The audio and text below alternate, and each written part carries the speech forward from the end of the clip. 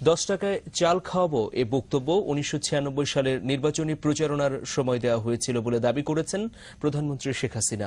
এই বক্তব্য নিয়ে বিরোধী দল অপপ্রচার করছে বলেও অভিযোগ করেন প্রধানমন্ত্রী। সংসদে প্রশ্নোত্তর পর্বে বুধবার এসব কথা জানান তিনি। বিস্তারিত জানাচ্ছেন ইমরান আনসারী।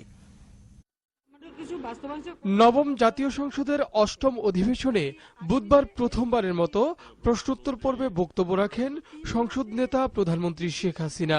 এ সময় তিনি সংসদকে জানান, 10 টাকা মূল্যে চাল খাওয়াবো এ বক্তব্যটি ছিল 1996 সালের নির্বাচনী প্রচারণায় দেয়া একটি বক্তব্যের অংশবিশেষ। 96 সালের বক্তৃতা, তারা এখন 2008 সালের বক্তৃতা বানিয়ে এটাকে তারা প্রচার করছে এবং নিচে লিখছে 2008 সালের বক্তৃতা। এবং ওই মিটিংটা যতদূর সম্ভব তেজগাঁয় আমি এই বক্তৃতাটা দিয়েছিলাম, তেজগাঁর জনসভায় প্রচারে আমি এই বক্তৃতা। আবারও মিথ্যা বলল শেখ হাসিনা।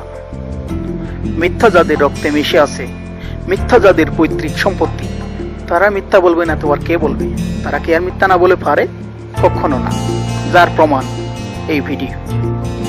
উল্লেখ্য, তিনি গত নির্বাচনের আগে জনগণকে প্রতিশ্রুতি দিয়েছিল 10 টাকা কেজি চাল খাওয়াবার।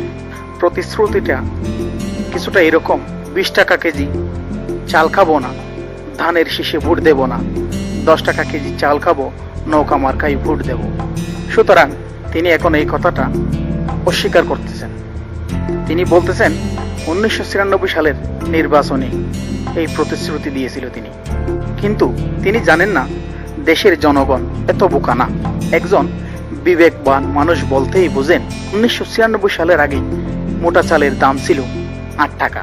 সুতরাং জনগণকে 10 টাকা কেজি চাল খাওয়াবো এই প্রতিশ্রুতি দেওয়ার কোনো প্রশ্নই আসে না। একজন দেশ নেত্রী, দেশ প্রধান হয়ে এভাবে অনর্গল মিথ্যা কথা যদি বলে যান, আমরা সেই নেত্রী বা সেই দল থেকে ভালো কিছু কি আশা করতে পারি? কখনো না।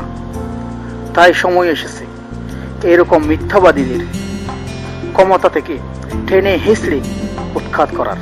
তাই আসুন দেশের জনগণ আমরা ঐক্যবদ্ধ হয়ে এইরকম মিথ্যাবাদীদের ক্ষমতা থেকে উৎখাত করি।